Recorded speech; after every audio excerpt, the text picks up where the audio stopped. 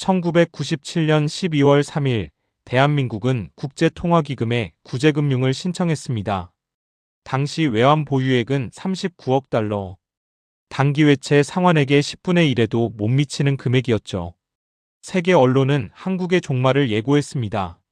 이코노미스트는 아시아의 호랑이가 죽어가고 있다고 썼고, 월스트리트 저널은 한국은 두 번째 아르헨티나가 될 것이라 단언했습니다. 그로부터 27년이 지났습니다. 한국은 망하지 않았습니다. 아르헨티나도 그리스도 베네수엘라도 아닌 길을 걸었습니다. 2001년 IMF 차입금을 조기 상환했고 2024년 현재 외환 보유액은 4천억 달러를 넘어섰습니다. 세계 9위 규모입니다. 외국 경제학자들은 이 현상을 이해하지 못했습니다. 왜냐하면 한국이 선택한 방식은 교과서에 없었기 때문입니다. 오늘은 그들의 시선으로 한국이 살아남은 이유를 추적해봅니다. 한국이 망할 거라 확신했습니다. 1997년 12월 하버드대 제프리 삭스 교수는 CNN 인터뷰에서 이렇게 말했습니다. 한국 경제는 이미 회생 불가능한 단계에 진입했다. 재벌 부채 비율이 500%를 넘어섰고 금융 시스템은 사실상 파산 상태다. 구제금융을 받아도 10년 이상 저성장 늪에 빠질 것이다. 그의 예측은 당시 주류 경제학계의 공통된 견해였습니다. IMF 전무이사 스탠리 피셔 역시 비관적이었습니다. 한국의 구조적 문제는 단순한 유동성 위기가 아니라고 진단했죠. 재벌 중심의 경제 구조, 불투명한 기업 지배 구조, 정경유착, 노동시장 경직성. 이 모든 것이 한꺼번에 터진 것이라 봤습니다. 그는 내부 보고서에서 한국 회복에 최소 15년이 걸릴 것이라 예상했습니다. 월스트리트의 반응은 더 냉혹했습니다. 골드만삭스는 한국 국채 등급을 정크본드 수준으로 하향 조정했고 모건 스탠리는 한국 투자 비중을 제로로 낮췄습니다. JP모건의 아시아 담당 이코노미스트는 로이터 통신에 이렇게 말했습니다. 한국은 이미 끝났다. 문제는 언제 공식적으로 디폴트를 선언하느냐일 뿐이다. 영국 파이낸셜 타임스는 한국을 아시아의 병자라 불렀습니다. 독일 슈피겔지는 더 직설적이었습니다. 한강의 기적은 빚으로 쌓은 신기루였다. 이제 그 대가를 치를 시간이다. 프랑스 르몽드는 한국을 1930년대 독일 바이마르 공화국에 비유하기까지 했습니다. 일본 언론은 조금 달랐습니다. 요미우리 신문은 냉소적이었죠. 한국이 일본을 따라잡겠다던 허풍이 이제야 드러났다. 아사히 신문은 한국의 압축 성장 모델이 근본적으로 잘못됐다고 지적했습니다. 니혼게이자이 신문은 한국 기업들의 줄도산을 예고하며 일본 기업들에게 한국 자산 인수 기회라고 분석했습니다. 그런데 이상한 일이 벌어지기 시작했습니다. 1998년 1월 한국 정부가 발표한 첫 번째 구조조정 계획을 본 외신 기자들은 고개를 갸우뚱했습니다. 5대 재벌 중 2곳을 해체하고 30개 은행을 10개로 줄이며 공무원 10만 명을 감축한다. 누가 봐도 실현 불가능한 계획이었습니다. 그러나 한 달 뒤 대우그룹이 해체됐습니다. 자산 규모 80조 원, 종업원 25만 명의 거대 재벌이 한순간에 사라졌습니다. 뉴욕타임스 서울 특파원은 본사에 긴급 보고를 올렸습니다.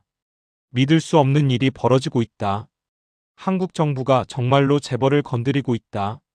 그제야 외국 전문가들이 데이터를 다시 들여다보기 시작했습니다.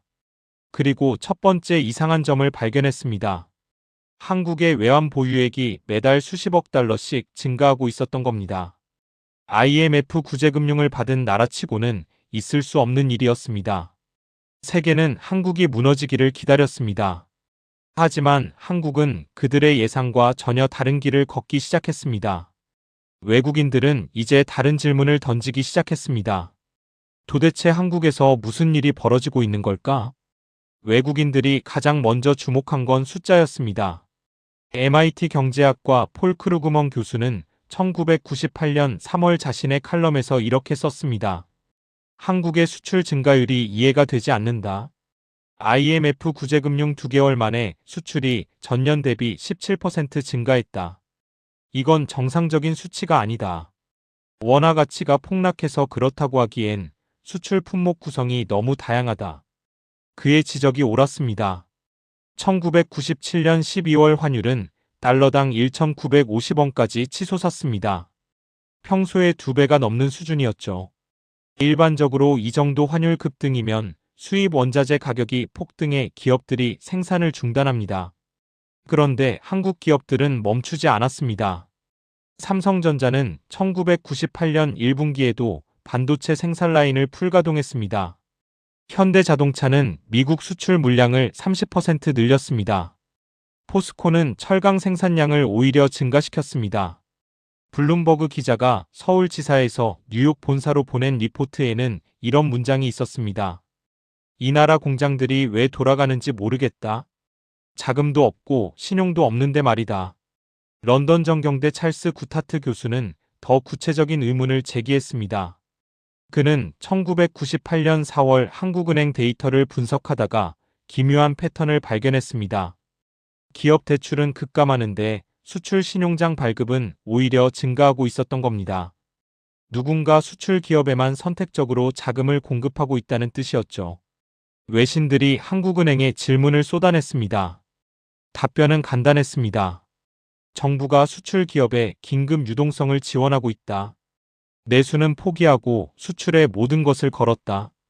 파이낸셜 타임스 편집장은 사설에서 이렇게 평가했습니다. 한국은 경제 전체를 볼모로 수출 도박을 하고 있다. 실패하면 국가가 파산한다. 그런데 두 번째 이상한 데이터가 나타났습니다. 1998년 6월 한국의 실업률이 8.7%를 기록했습니다. 전년 대비 3배가 넘는 수치였죠. 하버드대 데일 조겐슨 교수는 이 데이터를 보고 깜짝 놀랐습니다. 실업률이 이렇게 급등했는데 사회 폭동이 일어나지 않았다는 게 믿기지 않았거든요. 그는 서울로 직접 날아왔습니다. 그리고 목격했습니다. 해고된 사람들이 거리에서 시위하는 대신 구직센터에 줄을 서 있었습니다. 대기업 부장이었던 사람이 편의점 아르바이트를 지원했습니다. 은행원이었던 여성이 보험 설계사로 재취업했습니다. 조겐슨 교수는 보스턴으로 돌아가 동료들에게 이렇게 말했습니다. 한국인들이 미쳤다. 저항하지 않고 견디고 있다. 옥스퍼드대 폴 콜리어 교수는 더 놀라운 현상을 발견했습니다. 1998년 여름 그는 한국 가정의 소비 패턴을 조사했습니다. 외식비가 70% 감소했습니다. 의류 구매가 절반으로 줄었습니다. 여행 경비는 거의 제로가 됐습니다. 그런데 교육비와 저축률은 오히려 증가했습니다. 그는 자신의 논문에 이렇게 썼습니다. 한국 가정은 현재를 포기하고 미래에 투자하고 있다. 이런 집단적 인내는 경제학 이론으로 설명되지 않는다. 어떤 사회계약이 작동하고 있는 것으로 보인다. 그러나 그것이 무엇인지는 알 수 없다. IMF는 한국에 150억 달러를 빌려줬습니다. 그리고 3년 안에 회수할 계획이었습니다. 그런데 1998년 12월 한국은 이미 40억 달러를 상환했습니다.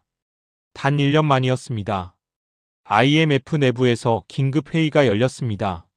한국경제팀 책임자는 이렇게 보고했습니다. 우리가 뭔가 놓치고 있다. 한국은 우리가 아는 케이스가 아니다. 외국 전문가들은 이제 더 이상 한국이 망할 거라고 말하지 않았습니다. 대신 이렇게 물었습니다. 도대체 한국은 어떻게 이걸 해내고 있는 걸까? 숫자는 명확했습니다. 그러나 그 뒤에 숨은 이유는 여전히 미스터리였습니다. 금이었습니다. 1999년 1월 영국 BBC 다큐멘터리 팀이 서울 명동에 있었습니다.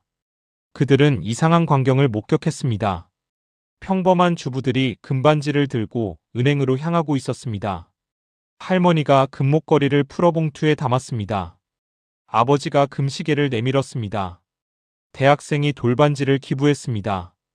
BBC 프로듀서는 카메라를 들고 그들에게 물었습니다. 왜 금을 내놓는 거냐고. 한 중년 여성이 대답했습니다.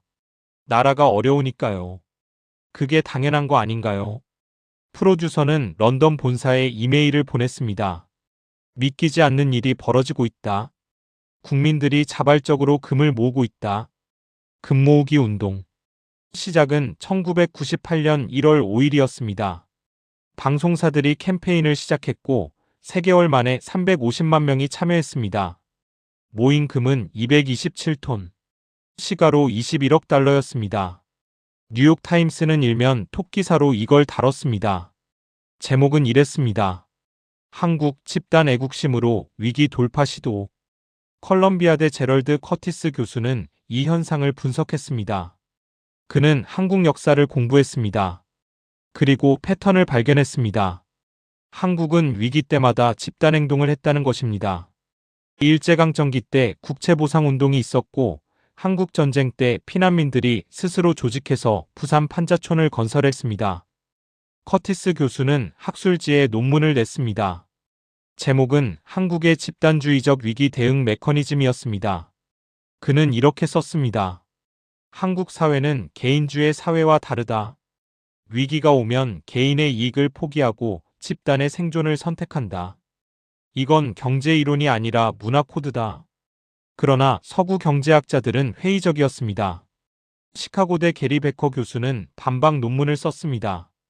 금 모으기 운동은 상징적 제스처일 뿐이다.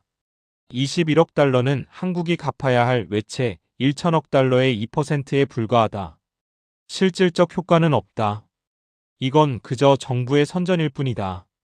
하지만 그가 놓친 게 있었습니다. 금 모으기 운동의 진짜 효과는 돈이 아니었습니다. 신호였던 겁니다. 외국 투자자들에게 보내는 메시지였습니다. 이 나라 국민은 정부를 믿고 따른다. 이 나라는 디폴트하지 않는다. 그걸 보여주는 증거였던 겁니다. 1998년 2월 무디스가 한국 신용등급을 한 단계 상향 조정했습니다. 보고서에는 이런 문장이 있었습니다. 한국 국민의 자발적 참여는 정부 신뢰도가 높다는 뜻이다. 이는 구조조정 성공 가능성을 높인다. 골드만삭스도 한국 투자 의견을 매수로 변경했습니다. 영국 이코노미스트 매거진은 특집 기사를 실었습니다. 제목은 금으로 산 신뢰였습니다. 기사는 이렇게 결론 내렸습니다. 한국의 금 모으기 운동은 경제적 효과보다 심리적 효과가 컸다. 국민이 하나가 될 수 있다는 걸 세계에 증명했다. 이것이 한국이 아르헨티나나 인도네시아와 다른 이유다. 독일 프랑크푸르터 알게마인의 차이퉁도 분석 기사를 냈습니다. 한국의 위기 극복 방식은 서구와 다르다. 서구는 시스템으로 해결하지만 한국은 사람으로 해결한다. 이게 더 효율적일 수 있다. 특히 단기 위기에서는. 그러나 프랑스 경제학자 토마 피케티는 비판적이었습니다. 그는 르몽드 인터뷰에서 이렇게 말했습니다. 한국의 집단주의는 양날의 검이다. 위기에는 강하지만 장기적으로 개인의 자유와 창의성을 억압할 수 있다. 과연 이게 지속 가능한 모델인가? 외국 전문가들은 분열했습니다. 일부는 한국 모델을 찬양했고 일부는 회의적이었습니다. 하지만 모두가 동의하는 게 하나 있었습니다. 한국은 예상을 벗어났다. 그리고 그들이 알던 경제위기 매뉴얼에 없는 방식으로 움직이고 있다는 것. 이제 외국인들은 한국을 다른 눈으로 보기 시작했습니다. 비교가 시작됐습니다. 1999년 여름 하버드 케네디 스쿨에서 긴급 세미나가 열렸습니다. 주제는 아시아 외환위기 비교 연구였습니다. 발표자는 제프리 삭스 교수. 그는 한국, 태국, 인도네시아 세 나라 데이터를 화면에 띄웠습니다.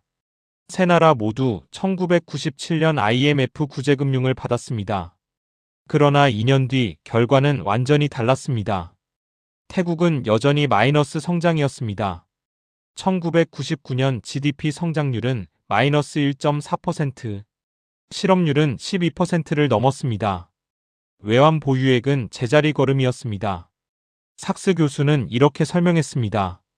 태국 정부는 IMF 권고를 따랐다. 그러나 재벌 구조조정은 실패했다. 권력층이 저항했기 때문이다. 인도네시아는 더 심각했습니다. 1998년 폭동으로 32년 집권한 수하르토가 물러났습니다. 정치 불안이 이어졌고 경제는 붕괴 직전이었습니다. 1999년 인플레이션율은 70%, 루피아 가치는 80% 하락했습니다. IMF 차입금은 오히려 증가했습니다. 그런데 한국은 달랐습니다. 1999년 2분기 한국 경제가 플러스 성장으로 돌아섰습니다. 성장률 6.3%. 세미나 참석자들이 웅성거렸습니다. 삭스 교수는 슬라이드를 넘겼습니다. 한국의 수출은 전년 대비 28% 증가했습니다. 실업률은 7.8%로 하락했습니다. 외환 보유액은 600억 달러를 돌파했습니다. 예일대 로버트 슐러 교수가 손을 들었습니다. 차이가 뭔가요? 삭스 교수는 잠시 말을 멈췄습니다. 그리고 대답했습니다. 실행 속도입니다. 한국은 6개월 만에 재벌 2곳을 해체했습니다. 은행 5곳을 문 닫았습니다. 공기업 3곳을 민영화했습니다. 태국은 2년이 지나도 재벌 하나 건드리지 못했습니다. 스탠퍼드대 폴 로머 교수는 다른 각도로 접근했습니다. 그는 한국과 남미 국가들을 비교했습니다. 아르헨티나는 1990년대 초 IMF 구제금융을 받았습니다. 그러나 2001년 다시 디폴트했습니다. 브라질도 1998년 위기를 겪었습니다. 2002년까지 4년간 저성장 늪에 빠졌습니다. 로머 교수는 학술지에 논문을 발표했습니다. 제목은 Why Korea Recovered Faster였습니다. 그는 3가지 차이를 지적했습니다. 첫째, 수출 산업 기반. 한국은 반도체, 자동차, 조선 같은 글로벌 경쟁력 있는 산업을 갖고 있었습니다. 남미는 1차 상품 수출 의존도가 높았습니다. 둘째, 교육 수준. 한국 대학 진학률은 68%, 아르헨티나는 45%, 브라질은 32%.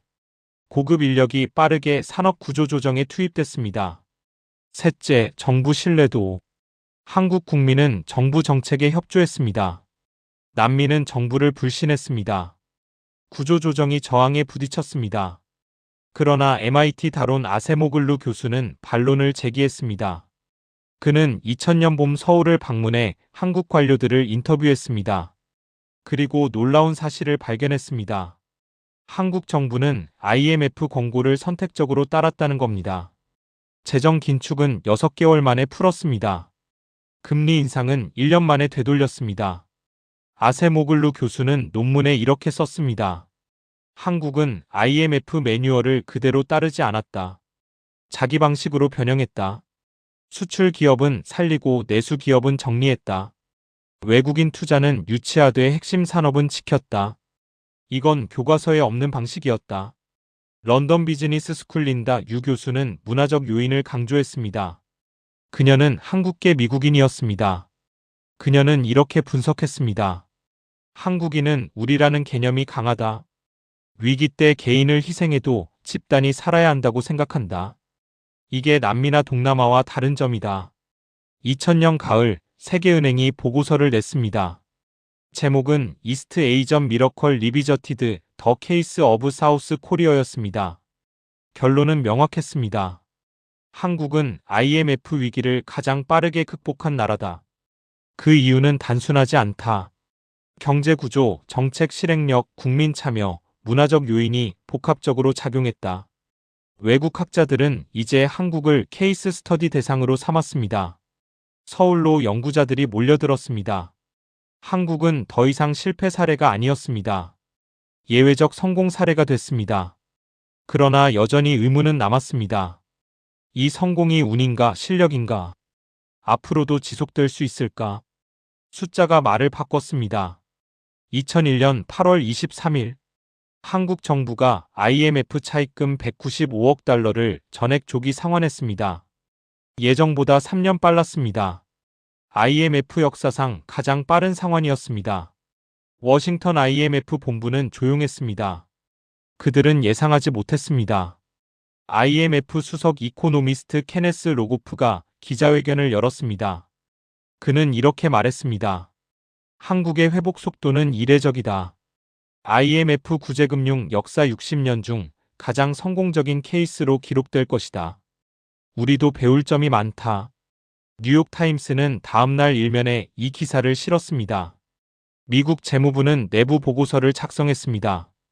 제목은 코리어즈 레선즈 포 퓨처 퍼넨셜 크라이시즈였습니다. 보고서는 3가지를 강조했습니다. 첫째, 빠른 의사결정. 한국은 6개월 안에 주요 구조조정을 단행했다. 둘째, 수출 중심 전략. 내수를 포기하고 수출로 외화를 벌었다. 셋째, 국민적 합의. 정부 정책에 대한 저항이 최소화됐다. 하버드 비즈니스 스쿨은 한국을 케이스 스터디로 채택했습니다. MBA 과정에서 코리어즈 에커나믹 크라이서스 언드 리커브리 1997-2001을 필수 과목으로 넣었습니다. 교수들은 학생들에게 질문을 던졌습니다. 만약 당신이 한국 재무장관이었다면 어떻게 했겠는가? 토론이 이어졌습니다. 골드만삭스는 2002년 보고서에서 한국을 BRICS 다음 성장 시장으로 꼽았습니다. 애널리스트 짐 오닐은 이렇게 썼습니다. 한국은 위기 대응 능력을 증명했다. 이제 이 나라는 안전한 투자처다. 한국 국채 등급은 투자 적격으로 상향됐습니다. 외국인 투자가 몰려들었습니다. 그러나 일본은 달랐습니다. 도쿄대 이토 타카토시 교수는 복잡한 신경을 드러냈습니다. 그는 니혼게이자이 신문 칼럼에 이렇게 썼습니다. 한국은 우리가 10년 동안 못한 일을 3년 만에 해냈다. 은행 구조 조정, 재벌 개혁, 노동 유연성 확보. 일본은 왜 못했는가? 이 질문이 일본 경제학계를 뒤흔들었습니다. 2003년 봄, 도쿄에서 국제 심포지엄이 열렸습니다. 주제는 일본은 한국에서 무엇을 배울 수 있는가였습니다. 패널로 나온 와세다대 후쿠다 교수는 솔직하게 인정했습니다. 한국은 고통을 선택했고 일본은 고통을 미뤘다. 그 결과가 지금의 격차다. 객석에서 박수가 나왔습니다. 중국은 다른 방식으로 반응했습니다. 2004년 베이징대에서 한국경제연구센터가 설립됐습니다. 중국 정부가 직접 지원했습니다. 연구 책임자 리니프 교수는 이렇게 말했습니다. 중국도 언젠가 금융위기를 겪을 수 있다. 한국 모델을 연구해야 한다. 특히 국민동원 방식을. OECD는 2005년 코리어 에커나믹 서베이를 발간했습니다. 보고서는 한국을 회복력 있는 경제로 규정했습니다. 그러면서도 경고했습니다. 한국의 성공은 특수한 조건에서 나왔다. 높은 교육 수준, 수출 경쟁력, 강한 정부, 집단주의 문화. 이 모든 게 갖춰진 나라는 드물다. 영국 파이낸셜 타임스 수석 논설위원 마틴 울프는 2006년 칼럼에서 이렇게 평가했습니다. 한국은 21세기형 위기 극복 모델을 만들었다. 하지만 이 모델은 쉽게 복제할 수 없다. 왜냐하면 한국 국민의 특성이 핵심 요소이기 때문이다. 노벨 경제학상 수상자 조셉 스티글리츠는 더 직설적이었습니다. 그는 2007년 서울 방문 중 강연에서 이렇게 말했습니다. IMF는 한국에서 실수했다. 너무 가혹한 조건을 달았다. 그런데 한국은 그걸 극복했다. 이건 한국이 대단한 게 아니라 한국 국민이 대단한 거다. 숫자는 명확했습니다. 2008년 한국 1인당 GDP는 2만 달러를 돌파했습니다. 1997년 1만 달러에서 11년 만에 2배가 됐습니다. 외환 보유액은 2천억 달러. 세계 6위였습니다. 실업률은 3.2%. OECD 평균보다 낮았습니다. 외국 언론은 이제 한국을 다르게 불렀습니다. 아시아의 병자가 아니라 위기 극복 모범국이었습니다. 블룸버그는 프롬 베스컷 케이스 투 롤마더이라는 제목의 특집을 냈습니다. 이코노미스트는 더 타이거 로즈 에그 AIN이라고 썼습니다. 그러나 의문은 여전했습니다. 한국의 성공이 운인가 구조인가? 다른 나라도 따라할 수 있는가? 2008년 글로벌 금융위기가 터지면서 세계는 다시 한국을 주목하기 시작했습니다. 이번에도 버틸 수 있을까? 두 번째 시험이었습니다. 2008년 9월 15일 리먼 브라더스가 파산했습니다. 글로벌 금융위기가 시작됐습니다. 한국 원화는 2달 만에 30% 폭락했습니다. 코스피는 40% 급락했습니다. 외국인 자금이 썰물처럼 빠져나갔습니다. 10년 전 악몽이 다시 떠올랐습니다. 런던 시티의 펀드 매니저들은 한국 자산을 매도하기 시작했습니다. 골드만삭스 트레이딩 룸에서 누군가 소리쳤습니다. 한국이 또 간다. 1997년 재현이다. 블룸버그 터미널에 빨간 숫자가 쏟아졌습니다. 원달러 환율이 1,500원을 돌파했습니다. 그런데 이번엔 달랐습니다. 한국은행이 즉시 움직였습니다. 10월 미국 연방준비제도와 300억 달러 통화 스와프를 체결했습니다. 11월 중국, 일본과 추가 스와프를 맺었습니다. 총 900억 달러. 외환 보유액까지 합치면 3천억 달러 방어선이 생겼습니다. MIT 사이먼 존슨 교수는 깜짝 놀랐습니다. 그는 IMF 수석 이코노미스트 출신이었습니다. 그는 자신의 블로그에 이렇게 썼습니다. 한국이 학습했다. 1997년엔 외환 보유액이 없어서 무너졌다. 2008년엔 미리 안전장치를 만들어뒀다. 이건 전략적 대응이다. 한국 정부는 또 다른 카드를 꺼냈습니다. 수출 기업에 긴급 유동성을 공급했습니다. 은행에 자본을 주입했습니다. 건설사에 공공사업을 발주했습니다. 4대강 사업, 그린 뉴딜, SOC 확충. 총 50조 원을 풀었습니다. GDP의 5%였습니다. 옥스퍼드대 폴 콜리어 교수는 이 정책을 비판했습니다. 재정 건전성을 해친다. 나중에 문제가 될 것이다. 하지만 케임브리지대 장하준 교수는 반박했습니다. 위기 때는 재정 건전성보다 생존이 우선이다. 한국은 옳은 선택을 했다. 2009년 1분기 한국 경제 성장률이 발표됐습니다. 플러스 0.2%. 마이너스가 아니었습니다. 같은 시기 미국은 마이너스 4.4%, 일본은 마이너스 8.7%, 유럽은 마이너스 5.1%, OECD 국가 중 플러스 성장은 한국과 폴란드뿐이었습니다. 뉴욕타임스가 특파원을 서울로 보냈습니다. 그는 현장을 취재했습니다. 삼성전자 공장은 풀가동이었습니다. 현대자동차는 수출 물량을 늘렸습니다. 조선소는 수주 잔량이 3년치였습니다. 그는 본사에 리포트를 보냈습니다. 한국은 멈추지 않았다. 2008년은 1997년이 아니다. 파이낸셜 타임스는 사설을 냈습니다. 제목은 코리어즈 리질리언스였습니다. 한국은 위기 대응 매뉴얼을 갖고 있다. 1997년 경험이 백신이 됐다. 이제 이 나라는 쉽게 무너지지 않는다. G20 정상회의에서 한국이 호스트로 선정됐습니다. 2010년 서울 개최가 확정됐습니다. 미국 재무장관 티모시 가이트너가 서울을 방문했습니다. 그는 청와대에서 이명박 대통령을 만났습니다. 회담 후 기자회견에서 가이트너는 이렇게 말했습니다. 한국은 위기를 기회로 만드는 법을 안다. 미국도 배우고 싶다. 이 발언이 CNN을 탔습니다. 독일 재무장관 볼프강 쇼이블레도 비슷한 말을 했습니다. 그는 베를린에서 열린 세미나에서 이렇게 발언했습니다. 유럽은 한국처럼 빠르게 결정하지 못한다. 우리의 민주주의가 때론 비효율적이다. 한국의 실행력이 부럽다. 프랑크푸르터 알게마인의 차이퉁이 일면에 실었습니다. 2010년 한국 경제 성장률은 6.8%를 기록했습니다. OECD 1위였습니다. 실업률은 3.7%. 외환 보유액은 2,900억 달러로 증가했습니다. IMF는 보고서에서 한국을 선진 경제로 분류했습니다. 개발도상국 카테고리에서 벗어났습니다. 블룸버그는 코리어즈 세컨드 미러컬이라는 제목의 다큐멘터리를 제작했습니다. 이코노미스트는 커버 스토리로 한국을 다뤘습니다. 제목은 What the World Can Learn from Korea였습니다. 한국은 더 이상 배우는 나라가 아니었습니다. 가르치는 나라가 됐습니다. 외국 전문가들의 태도가 완전히 바뀌었습니다.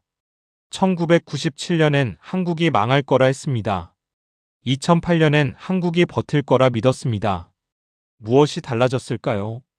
한국이 달라진 게 아니었습니다. 한국을 보는 시선이 달라진 겁니다. 그들은 이제 알았습니다. 한국은 특별하다고. 패턴이 보였습니다. 2015년 예일대 경제학과에서 특별 세미나가 열렸습니다. 주제는 한국의 위기 대응 메커니즘이었습니다. 발표자는 존 캠벨 교수. 그는 한국 경제를 30년간 연구한 학자였습니다. 그는 칠판에 연대표를 그렸습니다. 1950년 한국전쟁, 1970년 오일 쇼크, 1997년 IMF 위기, 2008년 글로벌 금융위기, 2020년 코로나 팬데믹. 캠벨 교수는 이렇게 말했습니다. 이 나라는 10년에 한 번씩 위기를 겪었다. 그런데 매번 살아남았다. 아니, 더 강해졌다. 이건 우연이 아니다. 구조적 특성이다. 학생들이 노트에 받아 적었습니다. 그는 세 가지 패턴을 제시했습니다. 첫째, 빠른 집중. 한국은 위기가 오면 모든 자원을 한 곳에 쏟는다. 1997년엔 수출이었다. 2008년엔 제조업이었다. 2020년엔 방역이었다. 분산하지 않는다. 선택한다. 그리고 밀어붙인다. 둘째, 국민 동원. 한국은 위기 때 정부와 국민이 하나가 된다. 금 모으기 운동, 소비 절제, 마스크 착용. 강제가 아니라 자발적 참여다. 이게 서구 민주주의 국가와 다른 점이다. 개인의 자유보다 집단의 생존을 우선한다. 셋째, 학습 능력. 한국은 실수에서 배운다. 1997년 외환 보유액 부족으로 무너졌다. 그래서 2008년엔 미리 통화 스와프를 준비했다. 2015년 메르스로 방역 실패했다. 그래서 2020년엔 코로나 대응에 성공했다. 같은 실수를 반복하지 않는다. 컬럼비아대 캐슬린 스티븐스 교수는 다른 각도로 분석했습니다. 그녀는 전주한 미국 대사였습니다. 그녀는 2018년 저서 한국인의 마음에서 이렇게 썼습니다. 한국인은 집단 트라우마를 공유한다. 일제강점기, 한국전쟁, 분단, 군사독재, IMF. 이 경험이 DNA에 새겨졌다. 스티븐스 교수는 계속했습니다. 트라우마는 두 가지 반응을 만든다. 하나는 좌절과 포기, 다른 하나는 각성과 분노. 한국인은 후자를 택했다. 다시는 당하지 않겠다는 집단 의지. 이게 위기 때마다 폭발한다. 하버드대 마이클 샌델 교수는 정치 철학적으로 접근했습니다. 그는 2019년 서울대 특강에서 이렇게 말했습니다. 한국은 공동체주의와 개인주의 사이 균형을 찾았다. 평상시엔 개인이 자유롭게 산다. 그러나 위기가 오면 공동체가 우선된다. 이게 서구 자유주의와 다른 점이다. 싱가포르 국립대 키쇼어 마부바니 교수는 아시아적 관점을 제시했습니다. 그는 2020년 저서 아시아가 이긴다에서 한국을 중요 사례로 다뤘습니다. 한국은 유교 문화권이다. 개인보다 가족, 가족보다 국가. 이 위계가 위기 때 작동한다. 서구는 이걸 이해하지 못한다. 노벨 경제학상 수상자 폴 크루그먼은 2021년 칼럼에서 인정했습니다. 나는 1997년 한국이 10년 고통받을 거라 예측했다. 틀렸다. 한국은 3년 만에 회복했다. 내가 놓친 건 한국인의 의지였다. 경제 모델로 설명되지 않는 요소였다. 2022년 옥스퍼드대 출판부에서 더 코리언 마덜 크라이서스 매너지먼트 언드 에코나믹 리질리언스라는 책이 나왔습니다. 10개국 20명의 학자가 참여한 공동 연구였습니다. 결론은 명확했습니다. 한국의 위기 대응 방식은 독특하다. 복제하기 어렵다. 왜냐하면 역사, 문화, 국민성이 핵심이기 때문이다. 런던 정경대 니컬러스 스턴 교수는 서문에서 이렇게 썼습니다. 한국은 21세기형 국가 생존 모델을 제시했다. 작은 나라가 큰 위기를 이기는 법, 약한 나라가 강해지는 법. 그 비밀은 국민에게 있다. 독일 막스 플랑크 연구소는 2023년 집단행동의 경제학이라는 보고서를 냈습니다. 한국 사례가 중심이었습니다. 보고서는 이렇게 결론 내렸습니다. 한국인은 위기 때 이기적 선택보다 이타적 선택을 한다. 이게 집단 생존 확률을 높인다. 게임 이론으로 증명됐다. 그러나 캘리포니아대 제레드 다이아몬드 교수는 경고했습니다. 그는 2024년 저서 위기를 너머에서 한국을 다뤘습니다. 한국의 집단주의는 강점이자 약점이다. 위기엔 강하지만 평상시엔 창의성을 억압할 수 있다. 한국이 다음 단계로 가려면 이 딜레마를 풀어야 한다. 외국 전문가들은 이제 한국을 연구 대상이 아니라 벤치마킹 대상으로 봤습니다. 한국 모델을 배우려는 나라가 늘어났습니다. 싱가포르, 베트남, UAE, 사우디.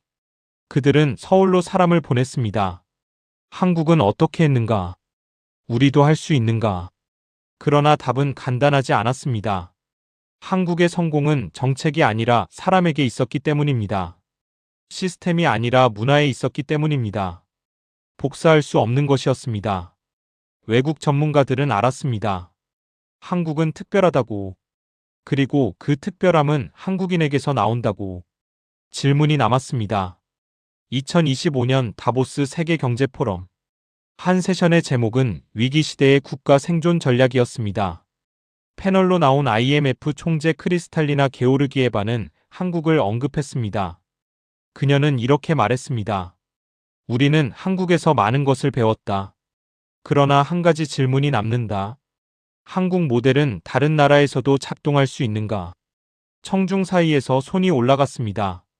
질문자는 케냐 재무장관이었습니다. 우리도 한국처럼 하고 싶다. 그런데 우리 국민은 정부를 신뢰하지 않는다. 어떻게 해야 하는가? 게오르기에바는 잠시 침묵했습니다. 그리고 대답했습니다. 신뢰는 만들어지는 게 아니다. 쌓이는 것이다. 한국도 하루아침에 된 게 아니다.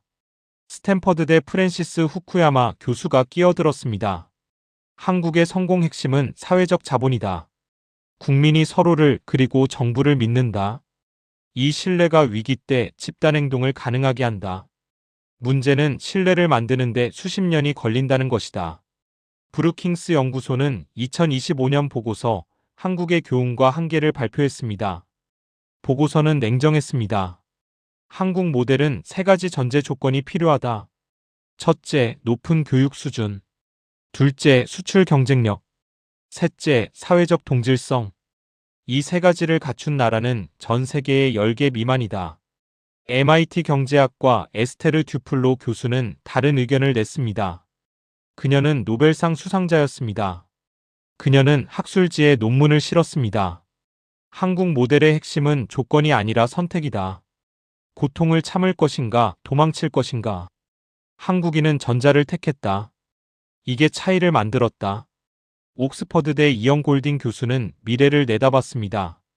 그는 2026년 저서 다가오는 위기들에서 경고했습니다. 21세기는 위기의 세기다. 기후변화, 팬데믹, 금융위기, 전쟁. 국가 생존 능력이 핵심이 될 것이다. 한국처럼 버티는 나라가 살아남는다. 그러나 하버드대 스티븐 핑커 교수는 우려를 표했습니다. 한국의 집단주의는 위기에 강하지만 자유를 제약한다. 개인의 희생이 너무 크다. 이게 지속 가능한가? 인간은 자유를 원한다. 한국인도 언젠가 변할 것이다. 서울대를 방문한 유발 하라리 교수는 강연에서 이렇게 말했습니다. 한국은 흥미로운 실험이다. 집단과 개인의 균형, 자유와 생존의 선택. 21세기 인류가 답해야 할 질문이다. 한국이 먼저 답을 찾고 있다. 2027년 예상 보고서들이 나오기 시작했습니다. 세계은행은 한국의 다음 30년이라는 제목으로 전망을 내놨습니다. 결론은 조심스러웠습니다. 한국은 과거 위기를 잘 극복했다. 그러나 미래 위기는 다를 수 있다. 인구 감소, 고령화, 양극화. 이건 돈으로 해결되지 않는다. IMF는 더 직설적이었습니다. 2028년 보고서 한국 모델의 지속 가능성에서 이렇게 썼습니다. 한국의 위기 대응 방식은 한계에 다가가고 있다.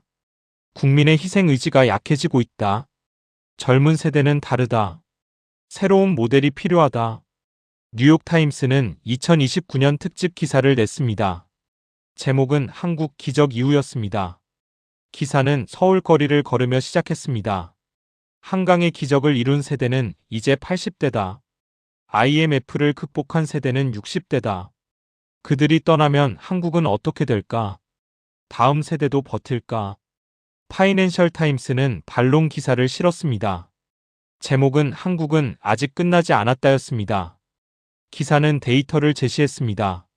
2024년 한국 청년들의 코로나 백신 접종률 95%, 2022년 우크라이나 전쟁 때 한국의 에너지 위기 대응 속도 OECD 1위, 젊은 세대도 위기 때는 움직인다.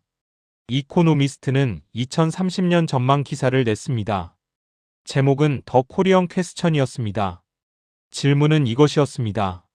한국의 생존 능력은 DNA인가 선택인가? 만약 DNA라면 계속 살아남을 것이다. 만약 선택이라면 언젠가 달라질 수 있다. 답은 아무도 모른다. 블룸버그는 투자자 관점에서 분석했습니다. 2031년 보고서 한국 리스크 재평가에서 이렇게 결론 냈습니다. 한국은 여전히 안전한 투자처다. 단기 위기 대응 능력은 검증됐다. 그러나 장기 구조 문제는 미지수다. 투자 기간을 5년 이내로 권장한다. 외국 전문가들은 여전히 한국을 주목했습니다. 그러나 시선이 달라졌습니다. 1997년엔 냉소, 2008년엔 놀라움, 2025년엔 궁금증, 2030년엔 우려와 기대가 섞였습니다. 한국은 계속 버틸까? 아니면 이제 한계일까? 질문은 계속됩니다. 한국이 살아남은 건 우연일까, 필연일까? 한국인의 특성일까, 한국 시스템의 강점일까? 앞으로도 가능할까, 이제 끝일까? 세계는 답을 기다립니다. 그리고 한국은 여전히 걷고 있습니다. 넘어지지 않고 멈추지 않고 앞으로.